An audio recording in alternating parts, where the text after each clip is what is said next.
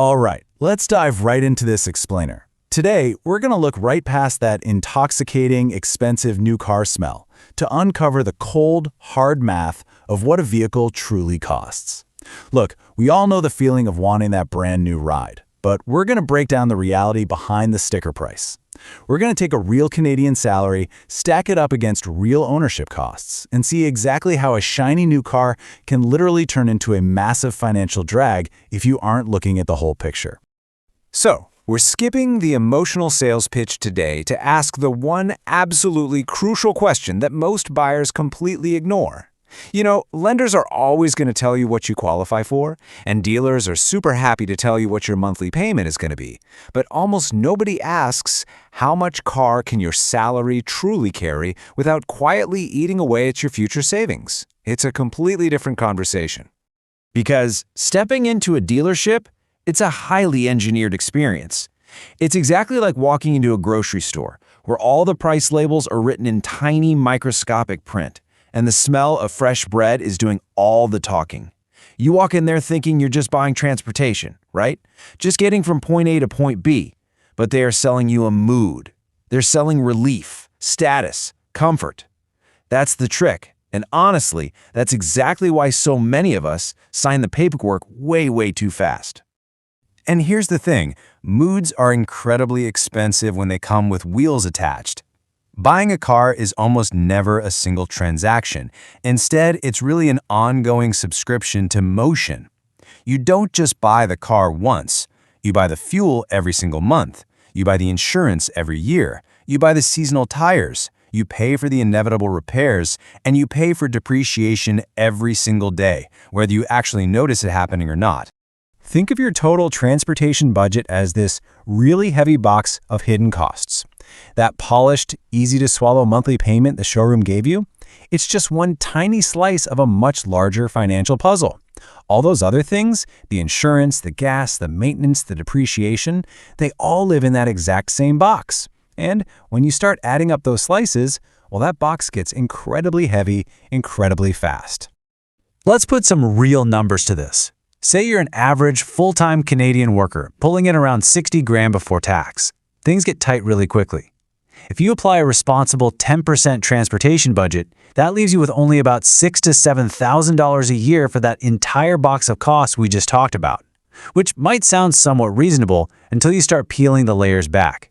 Depending on where you live, insurance alone can swallow a massive chunk of that budget. It hits your bank account like rent for a second apartment that you never even get to live in. Now, we've got to talk about the part people almost never put on their budget sheet, mainly because it feels invisible. A lot of people think the biggest cost of a car is the loan itself. Actually, scratch that. It isn't. The biggest financial drain is usually the vehicle's value literally evaporating into thin air while you are still legally on the hook to pay off the bank. Depreciation is the invisible pie eater. Just imagine buying a delicious pie, leaving it on your kitchen counter, and watching someone walk in and take a slice every single month without even asking. The pie still looks like a pie, right? It's still sitting right there in your driveway. But the filling is gone, and the person eating it is time. It's a silent hand in your pocket draining your wealth while the car just sits there, or even while you're fast asleep. And man, this invisible drain goes into overdrive when you factor in a typical Canadian winter. Winter transforms a car from a simple machine into a literal survivor of weather, distance, and heavy maintenance. We're talking about road salt just chewing up the undercarriage, massive potholes, long periods of idling in the cold, and car batteries that decide to become incredibly dramatic right in the middle of January. None of this is exotic. It's just everyday life in Canada. But it's exactly why the true cost of ownership is always so much larger than that flashy number on the dealership flyer. So this brings us to a massive contradiction, doesn't it? If the average balance sheet can't genuinely support all these costs, why is there always a nice brand new SUV sitting outside a perfectly normal average income house? I mean, it's an observation most of us have made in our own neighborhoods. The driveway always looks a lot richer than the balance sheet. Well, the secret isn't magic. It's stretching. They are stretching the loan further and further into the future to artificially lower the monthly payment. What used to be a standard 4-year term, now it's 6 years, then 7, and now you see loans that are 8 years long.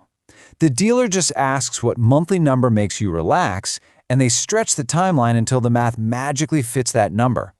Extending a loan like that feels like adulthood, and it makes the math look very polite on paper, but it's really a short blanket. You pull it up over your shoulders so you feel secure today, completely ignoring the fact that your financial future is freezing at the bottom. It simply delays the pain and vastly increases the total cost of the vehicle through years and years of compounding interest. And boom, right here is where the trap snaps shut. When you go to trade in that stretched vehicle before that massive 8-year loan is actually paid off, you aren't climbing out of debt. Nope, the dealership just takes that old negative equity and rolls it right into your new loan. A polite payment that feels totally fine today quickly becomes a heavy chain tomorrow. You're not moving forward. You're just building another, much steeper hill of debt. Now you might be thinking, well, this problem magically disappears once I hit a 6-figure salary, right? But that income really only changes the shape of the trap. We often assume earning over 100 grand insulates us from car debt. And earning more definitely gives you more room and more choices, for sure. But a high salary absolutely does not give you a free pass to ignore the physics of taxes, insurance, fuel, and depreciation. A high salary can hide bad habits the exact same way fog hides a ditch, but the road still ends in that exact same ditch if you aren't paying close attention. You can earn a fantastic living and still make a terrible purchase if that vehicle eats up too large a share of your overall budget. So how do we actually fix this? To cut through the showroom noise and the fog of those endless long-term loans, financial planners use a simple, practical guardrail to ensure your car doesn't quietly eat your future. It's called the 20-4-10 rule. First, you put 20% down to instantly fight that initial depreciation hit. Second, you lock the loan term strictly to 4 years so you aren't stretching that short blanket. And finally, you ensure that all transportation costs, the loan, fuel, insurance, the whole shebang, stay under 10% of your gross income. The honest answer to true affordability is buying a vehicle that actively leaves you room to live. It's about ensuring your transportation doesn't compete with your essential financial safety nets. If a car payment stops you from funding your TFSA or your RRSP or prevents you from building up an emergency fund, well, it isn't just a payment anymore. It is a massive detour away from your financial peace of mind. At the end of the day, it all comes down to a fundamental mindset shift. And look, I want to make this perfectly clear. We are not here to shame anyone for owning a car. Many of us desperately need one for work or family. But we absolutely have to recognize the difference between buying a reliable tool versus buying a financial trophy.